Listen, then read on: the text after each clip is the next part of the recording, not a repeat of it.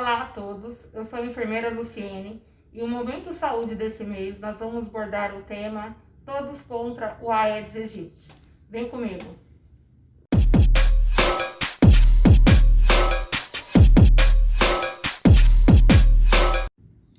O Momento Saúde desse mês vai falar sobre o Aedes aegypti.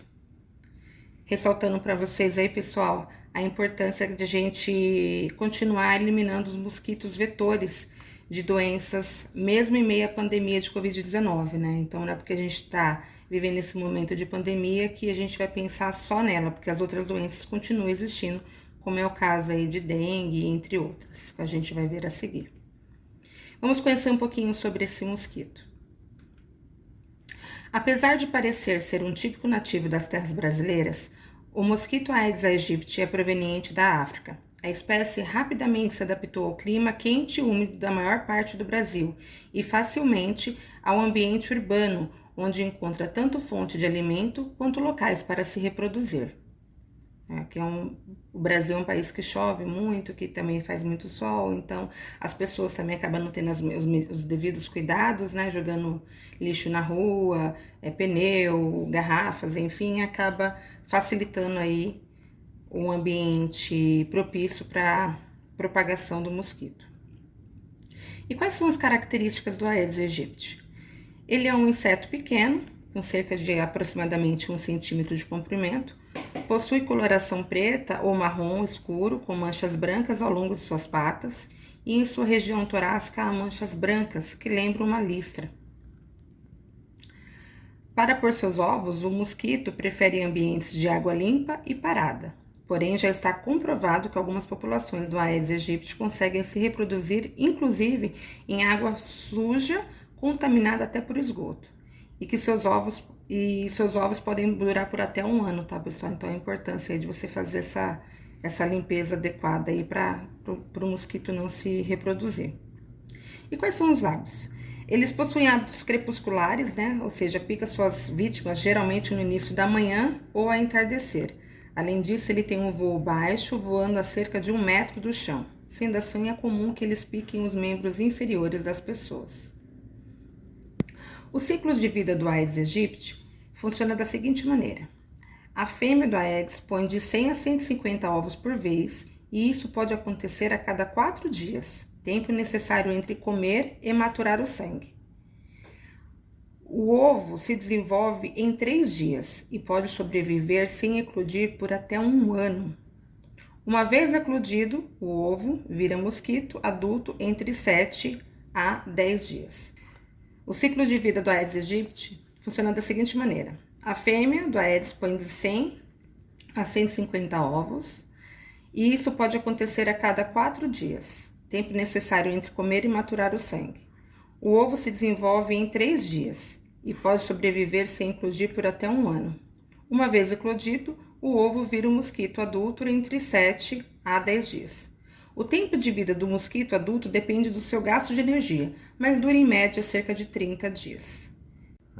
E quem me picou? Para quem não sabe, as fêmeas são as responsáveis pela transmissão de doenças. Para conseguir colocar seus ovos, precisam de um alimento altamente nutritivo, o sangue, ou seja, elas são hematófagos. Ao picarem as pessoas para se alimentarem, podem transmitir o vírus através da sua saliva. Para quem não sabe, os machos de Aedes aegypti não transmitem doenças, uma vez que são herbívoros e se alimentam da seiva das plantas. Outra curiosidade é a diferença entre o Aegypti, né, e o Culex, que é o famoso pernilongo. O Aedes, ele tem hábitos diurnos, prefere água com pouca matéria orgânica, distribui os ovos pelas bordas de diferentes criadouros, o tamanho é entre 5 a 7 milímetros e voam silenciosamente. Já os famosos pernilongos, eles já têm hábitos noturnos, preferem águas poluídas, colocam os ovos de maneira agrupada e o tamanho dele é menor do que o do Aedes. Ele tem de 3 a 4 milímetros e provoca aquele famoso zumbido ao voar. E o que a picada do mosquito pode causar? Bom, vamos lá. Após a fêmea do mosquito sugar o sangue de uma pessoa infectada com o vírus ativo na corrente sanguínea, ela começa a infectar outras pessoas, transmitindo arbovírus e arboviroses. Mas o que são arbovírus? Bom, os arbovírus são vírus transmitidos pela picada de artrópodes hematófagos, como o Aedes aegypti, que podem se tornar arboviroses. E arboviroses são as doenças que podem apresentar sintomas parecidos. O mosquito Aedes aegypti é o vetor responsável pela transmissão de várias doenças virais, como dengue, zika, chikungunya, febre amarela urbana, e são responsáveis por milhares de enfermos e mortos todos os anos no Brasil. Alguns dados epidemiológicos. Segundo os dados do Ministério da Saúde, de janeiro a 14 de novembro foram registrados mais de 971 mil casos de dengue e foram confirmados 528 óbitos por dengue, sendo Paraná, São Paulo, Distrito Federal e Mato Grosso do Sul concentravam 76,8% dos casos. Chikungunya até o mês de dezembro foram notificados mais de 80 mil casos e o Zika até o final de novembro mais de 7 mil casos. Um mosquito, várias doenças. Vamos conhecer um pouquinho mais? O Aedes aegypti ele pode transmitir a dengue, que é uma doença febril aguda, de etiologia viral e de evolução benigna, na forma clássica e grave quando se apresenta na forma hemorrágica. O vírus da dengue apresenta 4 sorotipos em geral, denominados dengue 1, 2, 3 e 4. Portanto, é possível você ser infectado até 4 vezes, mas, após a infecção, o corpo fica permanentemente imune contra aquele sorotipo que o atacou. Sua incidência aumenta no verão, em dias quentes e úmidos, devido ao clima favorável para a proliferação do mosquito. A transmissão se faz pela picada do Aedes aegypti no ciclo homem-Aedes-homem, ou seja, o mosquito tem que picar alguém doente para poder picar outra pessoa e contaminar, assim, várias pessoas, né? Após um repasto de sangue infectado, o mosquito fica apto a transmitir o vírus, depois de 8 a 10 dias de incubação. Ou seja, pessoal, não há transmissão por contato direto de um doente ou de suas secreções com uma pessoa sadia, nem fontes de água ou alimento. Você só vai pegar dengue se um mosquito te picar, tá bom? O período de incubação aí dura de média de 3 a 15 dias, sendo a média de 5 a 6. Os sintomas clássicos da dengue são febre alta, dor de cabeça, dores no corpo, manchas na pele, vômitos, fraqueza e cansaço. O tratamento, após os primeiros sintomas, deve procurar atendimento médico, né? Tratar os sintomas até que o ciclo do vírus se conclua. É muito importante beber muita água, repousar, fazer uma boa alimentação, não usar medicação sem indicação médica, tá? E é proibido tomar qualquer remédio à base de ácido acetil salicílico, o famoso AS, tá? O Aedes aegypti também pode transmitir o Zika vírus, né? Que também é a doença transmitida por ele, que causa sintomas como dor de cabeça, olhos dolorosos e vermelhos, dor nas articulações, febre, coceiras e dor muscular. Algumas complicações do Zika, que foi muito falada aí há algum tempo atrás, é o desenvolvimento de microcefalias em bebês. Então, uma das complicações aí, principalmente para gestantes, é o risco dessa gestante desenvolver essa malformação aí devido à complicação aí do Zika. Outra complicação é a síndrome de Guillain-Barré, que é uma doença em que o sistema imunológico ataca os nervos. E os sintomas começam com uma fraqueza e formigamento nos pés e nas pernas, que se espalham para a parte superior do corpo, podendo ocorrer também uma paralisia. Não existe remédio ou vacina específica para o Zika vírus. O tratamento se resume em repousar muito, beber bastante líquido para prevenir a desidratação e tomar medicamentos como paracetamol para diminuir a febre e aliviar a dor, mas sempre prescritos pelo seu médico.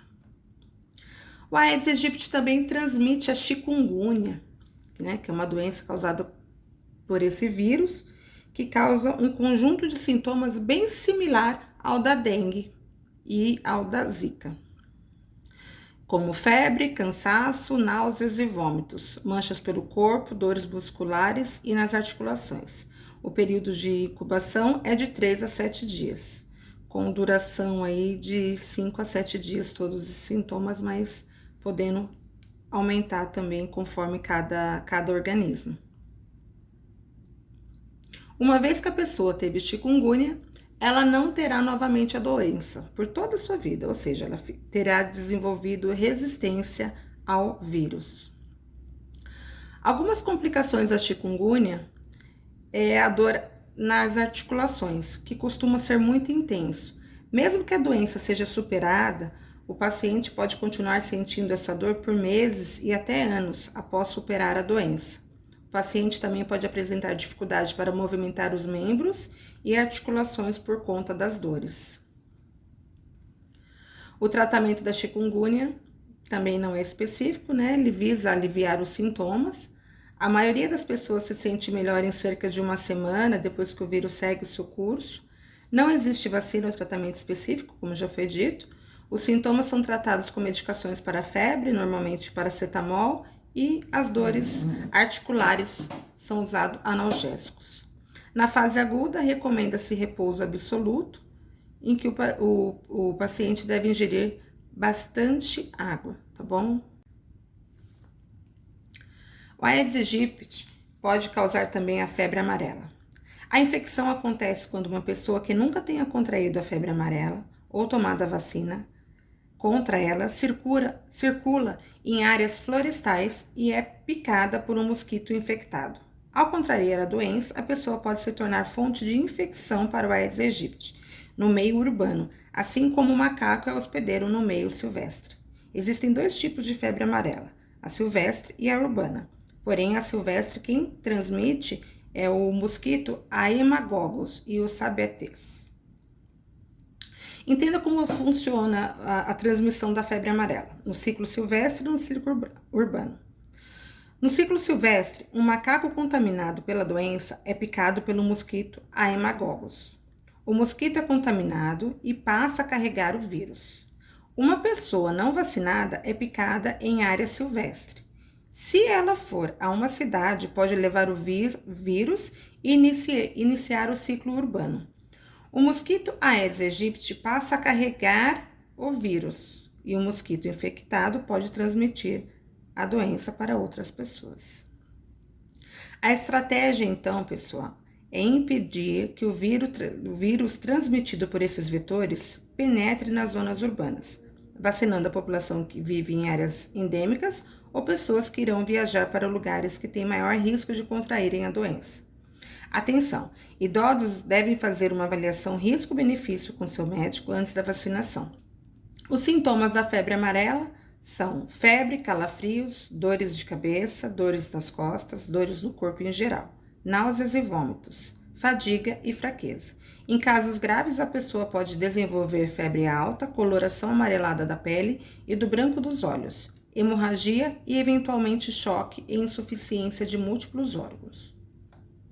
O tratamento da febre amarela não existe um específico, tá? Mas a recomendação é que o paciente permaneça em repouso com hidratação adequada. Medicamentos podem ser utilizados para alívio da dor e da febre conforme prescrição médica. Pessoal, lembre, não usem AS e também não tomem medicação sem prescrição médica, tá bom? A prevenção é a melhor solução, né, gente? Então, a gente não pode deixar o mosquito nascer. Você não pode deixar que um mosquito prejudique uma vida e tem que lembrar que o combate começa por você. Como é que você vai fazer isso? Como é que eu vou prevenir aí para não deixar o mosquito nascer? Mantenha a caixa d'água fechada, coloque também uma tela no ladrão da caixa d'água se for possível, tá bom?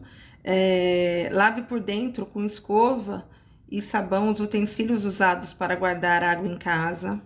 Encha de areia até a borda os pratinhos dos vasos de planta. Jogue no lixo todo objeto que possa acumular água, como potes, latas e garrafas vazias, tampinha de garrafas também, gente, tá? Mantenha bem fechados tonéis e barris de água. Remova tudo que possa impedir a água de correr pelas calhas, né? Às vezes as folhas tampam as calhas e acaba acumulando água ali, isso também tem que fazer essa limpeza. Se por acaso você não colocou areia nos pratinhos da planta, lave com escova e água e sabão pelo menos uma vez por semana. Não adianta só tirar água, a gente tem que esfregar com água e sabão, porque os ovos podem sobreviver na borda de um pratinho, de algum ambiente, de algum recipiente por até 1 ano. E aí ele fica esperando só o aumento da água para poder eclodir. Então vocês têm que fazer essa limpeza com água, sabão e buchinha. Tem que esfregar. Não adianta só tirar a água não, tá bom? Coloque o lixo em sacos plásticos e mantenha a lixeira bem fechada. Lave toda semana e com escova e sabão os tanques em que armazenam água, esfregando direitinho.